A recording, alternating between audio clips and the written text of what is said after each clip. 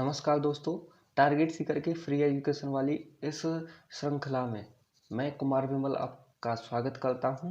देखिए, हम आपके लिए बहुत ही महत्वपूर्ण टॉपिकों को लेके आ रहे हैं। बेशक छोटी छोटी क्लासें हों आपके लिए, लेकिन बहुत ही महत्वपूर्ण होंगी। ठीक है, जो परीक्षा में आने की संभावना रहती है वही हम आपके लिए लेके आते हैं। ठीक है, जिससे कि उन भी बच्चों का भला हो सके जो पैसे देकर कोर्स खरीदने में असमर्थ हैं।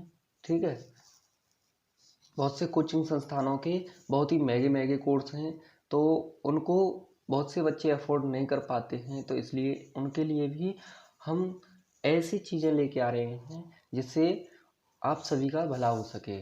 ठीक है, वीडियो को पूरा देखिए बिना स्किप किए। ठीक है, ताकि आपका भी भला हो सके। ठीक है, और कॉपी और पेन अपने साथ में रखना है ताकि आप उन चीज़ों को नोट कर सकें जिनको नॉर्मली वीडियो देखकर याद रख पाना थोड़ा कठिन होता है। क्योंकि कुछ आंकड़े होते हैं, कुछ ऐसे स्रोत होते हैं जिन्हें याद रखने में बहुत ही कठिनाई होती है। तो उन्हें आप तुरंत ही नोटबुक पर नोट करते जाइए, और उससे क्या होगा कि आप दोबारा जब कभी भी कॉपी खोलेंगे आप उसे देखेंगे और देखते ही वो आपको याद हो जाएगा। ठीक है, एग्जाम से पहले तुरंत देखिए और याद। तो देखिए, इस वीडियो में हम देखेंगे उत्तर प्रदेश में ऊर्जा संसाधनों का अवलोकन करेंगे और देखते हैं, शुरू करते हैं अपनी क्लास को।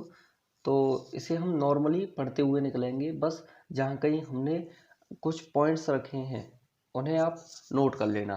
तो क्या कह रहे हैं इसमें, राज्य के ऊर्जा मिश्रण में नवीकरणीय और गैर नवीकरणीय दोनों स्रोत शामिल हैं।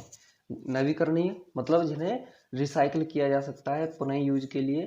ठीक है, वो, और गैर नवीकरणीय जिन्हें रिसाइकिल नहीं किया जा सकता। जैसे कुछ ईंधन ऐसे होते हैं जिन्हें जलाने पर दोबारा से नहीं प्राप्त किया जा सकता, और कुछ ईंधन ऐसे होते हैं जिन्हें जलाने के बाद में पुनः यूज किया जा सकता है, उपयोग करने के बाद में दोबारा। जैसे हमारा सौर ऊर्जा है, तो सौर ऊर्जा को हम दोबारा यूज कर सकते हैं। लेकिन वहीं पेट्रोल है, पेट्रोल एक बार यूज में होने के बाद में, जल जाने के बाद में, या गाड़ी चल जाने के बाद में उसे दोबारा से यूज में नहीं लिया जा सकता। ठीक है, तो वो होते हैं नवीकरणीय और गैर नवीकरणीय। ठीक है, गैर नवीकरणीय स्रोत में कोयला, प्राकृतिक गैस और तेल शामिल हैं, जबकि नवीकरणीय स्रोत में जल विद्युत, सौर और पवन ऊर्जा है। तो देखिए, जो जल ऊर्जा होती है, जल विद्युत, जल बहने लग रहा है, अब बह के वो दोबारा रिसाइकिल होने के लिए बरसात होगी, दोबारा से नदियों में होके पानी आएगा, फिर दोबारा से वही रिसाइकिल होके, तो थर्मल प्लांट जो है उनके माध्यम से, मतलब जो जल विद्युत बनाने वाले प्लांट हैं उनके माध्यम से पुनः ऊर्जा बनेगी, विद्युत ऊर्जा बनेगी। ठीक है, तो ये कैसा है, नवीकरणीय। ठीक है, सौर ऊर्जा है तो सूर्य का प्रकाश सदैव आता रहेगा, तो वो भी नवीकरणीय है।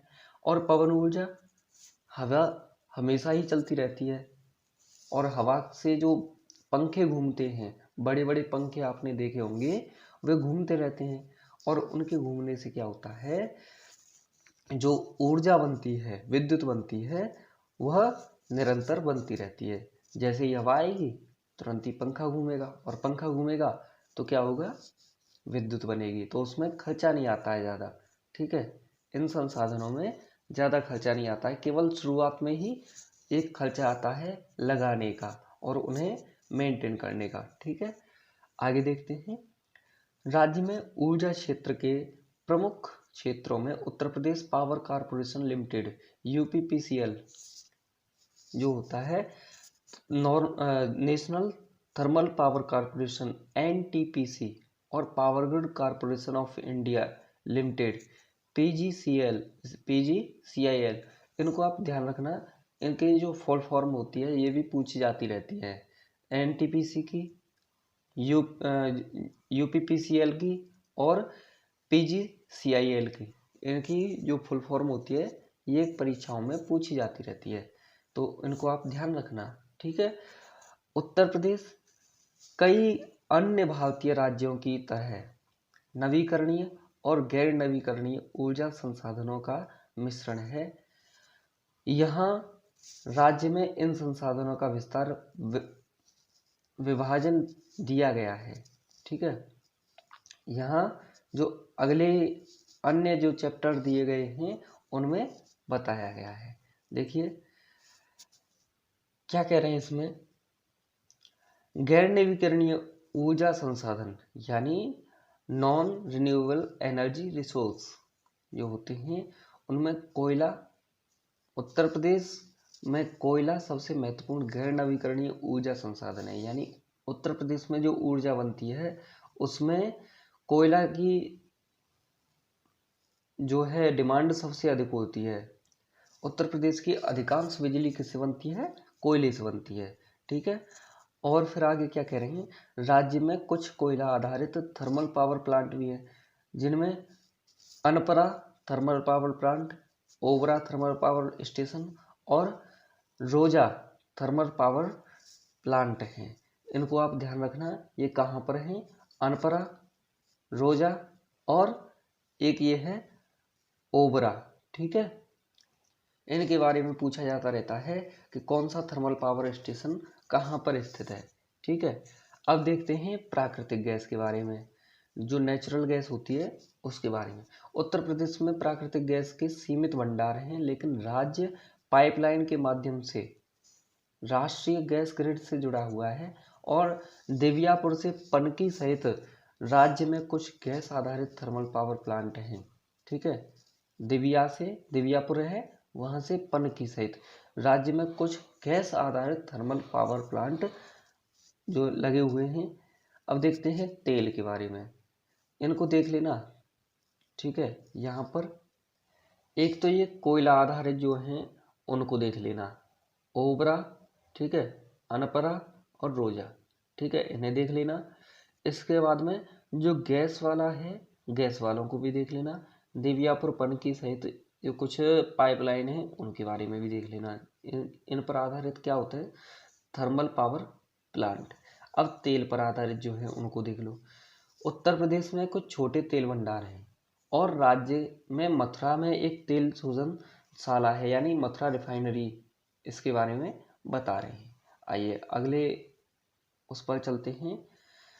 देखिए अगले में क्या कह रहे हैं, अक्षय ऊर्जा संसाधन यानी रिन्यूएबल जो एनर्जी है उसके बारे में बता रहे हैं। तो रिन्यूएबल एनर्जी रिसोर्सेज में क्या है, सौर ऊर्जा। उत्तर प्रदेश में सौर ऊर्जा उत्पादन की अपार संभावनाएं हैं। राज्य ने पहले ही कई बड़े पैमानों पर सौर ऊर्जा परियोजनाएं स्थापित की हैं, जैसे कि रीवा सौर ऊर्जा परियोजना। देखिए यहाँ पर लिखा हुआ है रीवा सौर ऊर्जा परियोजना। तो रीवा में जो सौर ऊर्जा परियोजना लगी हुई है उसके बारे में बताया गया है। इसे पूछा जा सकता है कहाँ पर स्थित है। ठीक है। और उत्तर प्रदेश जो भारत की सबसे बड़ी सौर ऊर्जा परियोजना है, ये भारत की जो रीवा परियोजना है भारत की सबसे बड़ी परियोजना है। और कौन सी है ये, सौर ऊर्जा। ठीक है। पवन ऊर्जा में राज्य के भूगोल के कारण उत्तर प्रदेश में पवन ऊर्जा उत्पादन की क्षमता सीमित है, क्योंकि यहाँ पर हवाएं कम चलती हैं। जैसे आपका तमिलनाडु हुआ, गुजरात हुआ, गोवा हुआ, उनके देखते हुए यहाँ पर बहुत ही कम मात्रा में हवाएं चलती हैं, क्योंकि वहाँ पर समुद्री हवाएं आती हैं तो उससे बिजली बनती है। लेकिन यहाँ पर इतनी नहीं है, राजस्थान में भी चलती हैं। ठीक है। तो लेकिन कुछ राज्य में पवन ऊर्जाएं चालू हैं। जो पवन विद्युत है, पवन विद्युत वो यहाँ पर चल रही है। जल विद्युत में ऊर्जा में रेहंद बांध, ठीक है, जो रेहंद बांध है वो विद्युत संयंत्र है यहाँ पर। और भारत के कई बड़े जल विद्युत संयंत्र लगे हुए हैं, इनमें से एक है रेहंद बांध। ठीक है। बायोमास से संबंधित उत्तर प्रदेश में विशेष रूप से कृषि अवशेष से बायोमास ऊर्जा उत्पादन की अपार संभावनाएं हैं। तो जो है बायोमास क्या होता है, खाद, गोबर आदि से जो गैस रूप निकलता है, ठीक है, जैसे खाद को इकट्ठा कर दिया जाता है गड्ढों में या विशेष प्रकार के बने हुए टैंकों में, और उससे जो गैस निकलती है उसे बायोमास गैस कहा जाता है। ठीक है, तो राज्य में कई बायोमास आधारित बिजली संयंत्र काम कर रहे हैं। ठीक है,